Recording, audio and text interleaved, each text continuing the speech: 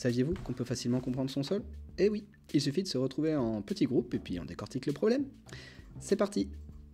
Aujourd'hui, on est en sud Dordogne pour étudier 3 situations bien distinctes à très peu de distance.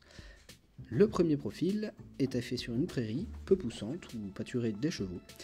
Et là, on a trouvé de l'eau à 40 cm de profondeur, de l'eau qui reposait sur un plancher argileux. La texture est très sableuse et on est sur un dépôt d'anciennes rivières, une zone très drainante et très séchante. Le problème des sables aussi, c'est que ça se compacte. Le chien-dent nous le montre bien ici avec ses racines à l'horizontale. Le chien-dent s'est aussi probablement bien développé suite à du surpâturage. Bilan, eh bien on ne peut pas faire de jardin comme c'était prévu initialement, parce que la terre est trop peu fertile. Par contre, passer la herse plate pour fatiguer le chien-dent et ensuite rajouter un petit peu de fertilisation pour relancer les autres graminées intéressantes de la prairie, ça risque de lui redonner un beau coup de jeune.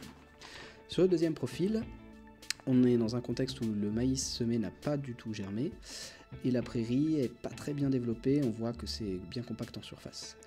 On est dans une texture de limon sableux avec des graviers et un gradient d'argile croissant quand on descend en profondeur.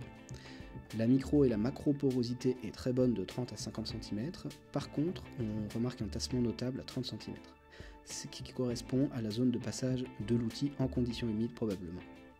La conséquence directe est que s'il pleut de 50 à 60 mm, l'eau sature l'horizon de surface et provoque alors des engorgements que l'on identifie correctement ici par des précipitations, c'est le fer qui s'est réoxydé lors du départ de l'eau. Le comble, c'est que la zone sous les 30 cm était sèche, donc on est vraiment sur une rupture de la descente de l'eau qu'il faudra corriger. Bilan, il faut défaire cette compaction à 30 cm, favoriser le drainage global de la parcelle, comprendre pourquoi le fossé ne draine pas l'eau aussi. Faire descendre les racines fasciculées pour reconnecter le pore est une solution peu coûteuse et tout en douceur pour redonner au sol toute sa porosité. Et si tu es pressé, une dent à 35 cm lorsque le sol est friable, suivi d'une culture, fera tout aussi bien l'affaire. Pour le troisième profil, on est dans un contexte argilo-calcaire drainant avec un précédent maïs.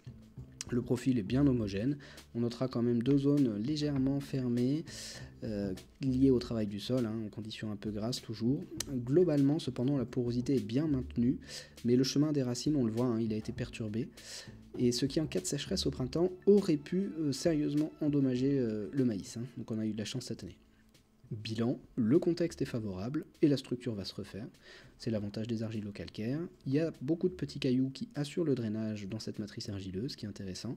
Mais il faut être vigilant car on a souvent du sec sur du mouillé sur ce type de sol. Et c'est là qu'on fait des dégâts et des ruptures de capillarité.